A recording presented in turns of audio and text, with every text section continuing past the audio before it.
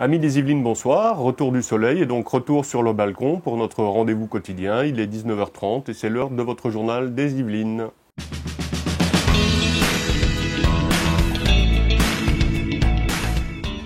Lors de l'Assemblée générale de la Fédération des syndicats agricoles d'Île-de-France qui se tenait le mardi 23 mai à l'espace Coluche de Plaisir, plusieurs courts-métrages ont été projetés, dont celui-ci, qui avait pour but de rendre compte de l'étendue de la crise agricole, mais aussi des renforts développés pour la profession en Île-de-France. Mai 2016, des pluies diluviennes s'abattent sur l'Île-de-France.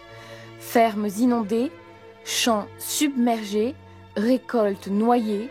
L'année restera à jamais gravée dans les mémoires des agriculteurs comme la plus catastrophique jamais connue depuis des décennies. Face à ce désastre, les organisations professionnelles agricoles doivent agir et agir vite. Dans les Yvelines, l'activité maraîchère est anéantie. La télé locale TV Fil 78 est allée à la rencontre de Chris Rankin, l'acteur qui incarne Percy Weasley dans la saga Harry Potter. Le comédien est venu rencontrer ses fans le week-end dernier à l'Armoire Geek, la boutique Harry Potter de Versailles. Les gens ne viennent pas me rencontrer moi, mais ils viennent rencontrer Percy Weasley. Want to come and meet me. I get why they want to come and meet Percy Weasley because Harry Potter is a big thing, but yeah, it is still strange. Car vous savez, Harry Potter c'est important, c'est toujours étrange, mais aussi très touchant.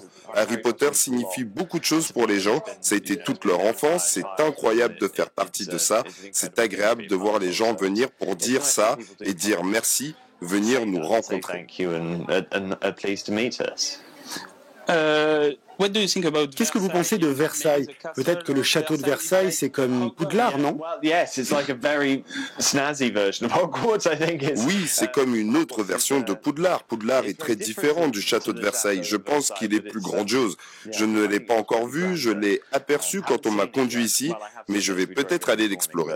Enfin, c'est demain matin à 10h que seront célébrés en l'église Saint-Germain en face du château les obsèques d'Emmanuel Lamy, maire de Saint-Germain-en-Laye, disparu le 24 mai dernier. En guise de dernier hommage dans ce journal pour cet homme entièrement dédié à sa ville, voici un extrait des vœux qu'il adressait aux Saint-Germanois en début d'année.